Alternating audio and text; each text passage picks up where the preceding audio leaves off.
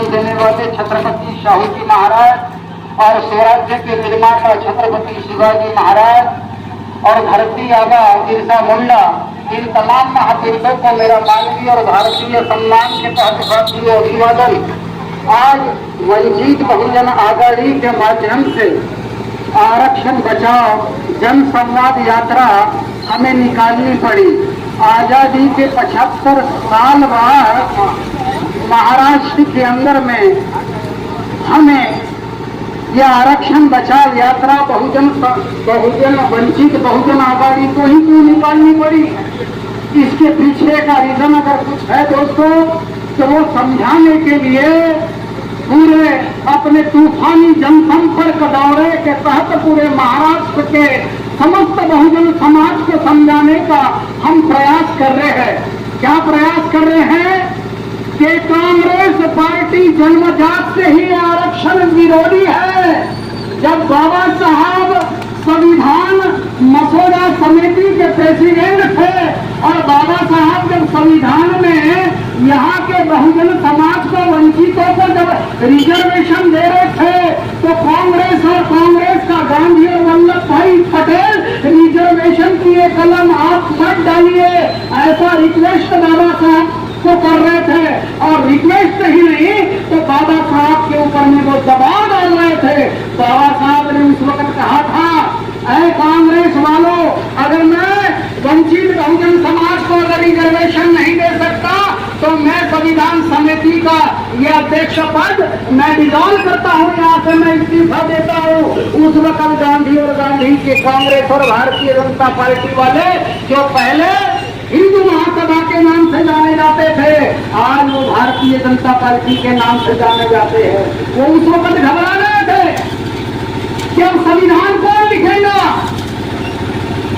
तो उनके समझ में आया कि बाबा साहब के ऐसा विद्वान कोई इस दुनिया में नहीं है। हमने बहुत कोशिश कर ली है, दुनिया के विद्वानों को कहा कि संविधान भारत का बना दो, मगर कोई तैयार नहीं हो रहे। क्यों तैयार नहीं हो रहे हैं कि बाबा साहब जैसा विद्वान जब भारत देश की सरजमीन में है तो हमारी क्या आवश्यकता है? क्या सूरज को हम क्या रोशनी दिखा सकते हैं? तो बाबा साहब को कांग्रेस और उस वक्त की हिंदू महासभा और आज की भारतीय जनता पार्टी सरेंडर हो गई और वैसा और उस प्रकार फिर संविधान लिखने का मौका बाबा साहब को मिला। आज ये संविधान का जो रिजर्वेशन में संविधानिक है हमारा एससी एसटी ओबीसी टेलीकुंडी मांग मेहतर धनगर कोटी लोहार सूता सारे जो 6000 जाति का जो बहुजन समाज जो दिख रहा है हमारा, सुनिए मेरी बात को, आज ये संविधानिक अधिकार जो रिजर्वेशन का है वो खतरे में आ गया भारतीय जनता पार्टी के कारण और कांग्रेस की चालों के कारण। उसे अगर बचाना है हमको, अपने बाल बच्चों का अगर हमें भविष्य बचाना है तो आने वाले विधानसभा चुनाव के अंदर में वंचित बहुजन आघाड़ी के माध्यम से कम 100 विधायक ओबीसी के होना चाहिए महाराष्ट्र की सदन में। तो ही ओबीसीओ का 52% जो रिजर्वेशन जो मिला है महाराष्ट्र में 19% ये बचेगा, अन्यथा बचने वाला नहीं है। वहां भी अतिक्रमण होने वाला है, ये ध्यान में रखना। और 1991 में जो प्राइवेटाइजेशन लाई, मैंने थोड़ी देर पहले बोला था कि कांग्रेस संविधान विरोधी है, कांग्रेस हमारे रिजर्वेशन को खा रही है, कांग्रेस हमारे रिजर्वेशन को खत्म करने का प्रयास की है। क्या कांग्रेस के मित्र मेरे को बता सकते हैं कि 1991 में प्राइवेटाइजेशन किसने लाया? 1991 में तो इसी राहुल गांधी की कांग्रेस ने लाया कि नहीं लाया? बताए कोई कांग्रेसी मेरे को। प्राइवेटाइजेशन के माध्यम से क्या हुआ? जगह कम हो गई, जो बड़ी बड़ी गवर्नमेंट की फैक्ट्रियां थी, अभी रेलवे भी प्राइवेटाइजेशन में जाने वाली है।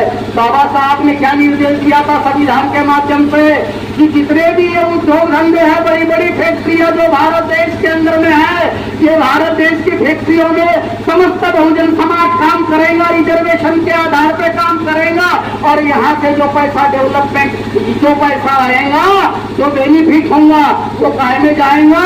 वो जाएगा हेल्थ में जाएगा, शिक्षा विभाग में जाएगा, ऐसे विभागों में ये पैसा खर्च होगा।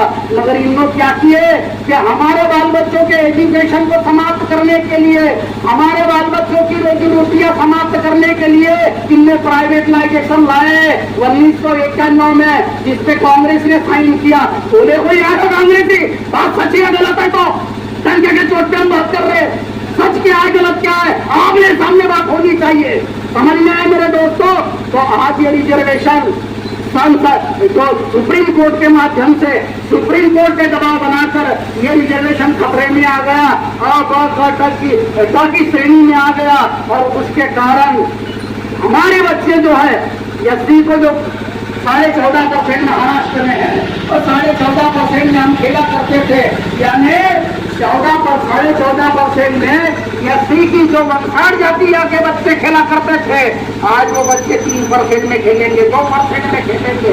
यानी जो समंदर में खेलने वाला बच्चा था अब वो नदी नाले में खेलेगा। नौकरी मिलेगी या नहीं मिलेगी इसकी गारंटी नहीं। प्राइवेटाइजेशन पहले की है और जो भी संसाधन है उसमें भी ऐसा लफड़ा ला के इन्होंने खड़ा किया मेरे दोस्तों। यानी बहुजन समाज के टुकड़े टुकड़े कर रहे हैं तुम्हारे पे राज करने के लिए। ये कांग्रेस और भाजपा वाले टुकड़े कर रहे हैं। अरे हमारे बाल बच्चों के रोजी रोटी से खेल रहे हैं, ये कोई साधारण बात नहीं है। इसीलिए आने वाले समय में मेरे बहुजन समाज के लोगों जहाँ तक मेरी आवाज सुनने मेरी बात को, अगर आपने कांग्रेस और भाजपा को वोट दिया तो आपके बाल बच्चे अरे गुलाम और लाचार जिंदगी के लिए जीने के लिए मजबूर हो जाएंगे। अगर आप चाहते हो कि तुम्हारे बाल बच्चे मान सम्मान से जी सके तो आपने आने वाले विधानसभा चुनाव के अंदर में सिलेंडर की बटन दबा देना। अरे क्या सिलेंडर की बटन दबा देना, मैं तो अपने बच्चों के लिए मार्केट से कफन का कपड़ा दे देना। जय हिंद, जय